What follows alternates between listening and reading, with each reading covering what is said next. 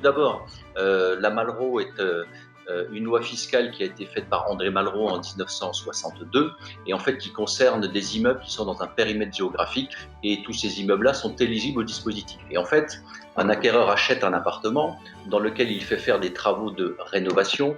Il a une enveloppe maximale de 400 000 euros qu'il doit dépenser dans les 3 ans qui suivent le dépôt du permis de construire, donc ça fait 4 années en tout.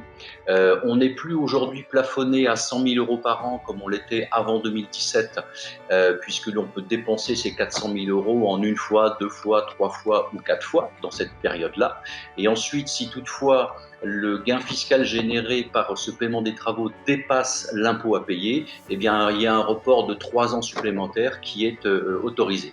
Et tout ça, c'est valable pour, bien entendu, les opérations dont le permis de construire a été déposé depuis le 1er janvier 2017. Et l'effet de levier pour l'acquéreur, c'est 30% de la valeur des travaux en termes de réduction fiscale.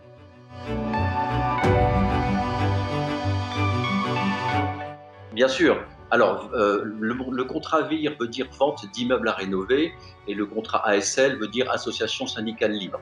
La différence fondamentale entre les deux contrats, c'est que dans le premier, le contrat VIR, on est obligé de payer les travaux au fur et à mesure de l'avancement du chantier, alors que, à contrario, dans le contrat ASL, on peut payer les travaux en fonction de sa fiscalité sans pour autant que les travaux aient démarré. Alors, quelle est la subtilité de l'un par rapport à l'autre? Eh bien, simplement en termes de plus-value, parce que c'est la question qui va être posée, la plus-value est assise sur la valeur foncier plus travaux versus prix de vente. Alors qu'en ASL, la plus-value, elle est assise uniquement sur la valeur du foncier. Mais en ASL, les frais de notaire ne sont assis que sur la valeur du foncier, donc finalement on économise tout de suite des droits d'enregistrement par rapport à la VIR, alors que la VIR, les frais de notaire sont assis sur la totalité de l'investissement.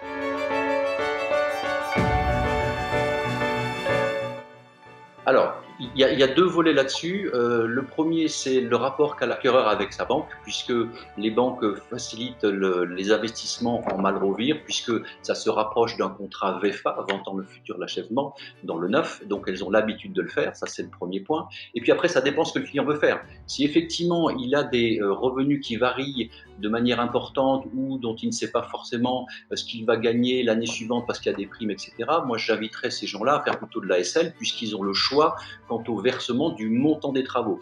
En revanche, quelqu'un qui a des revenus qui sont tout à fait constants, il faut mieux qu'il fasse de la VIR, puisque la VIR bénéficie d'une GFA qui permet donc de garantir la défaillance éventuelle d'un opérateur, alors qu'en ASL, il n'y a pas de GFA. Toutefois, sachez qu'en ASL, on ne fait adhérer les gens à cette ASL qu'à la seule condition qu'ils aient évidemment le montant des travaux au travers d'une offre de prêt purgée des délais de réflexion ou d'un montant cash qu'ils n'en tiraient au profit évidemment de cette rénovation-là, ne mettant pas en danger ainsi les autres membres de l'ASL.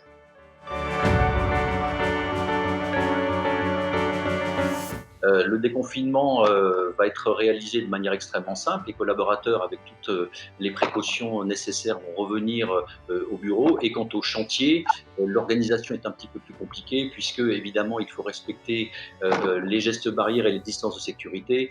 Et je voulais simplement vous annoncer 2 choses.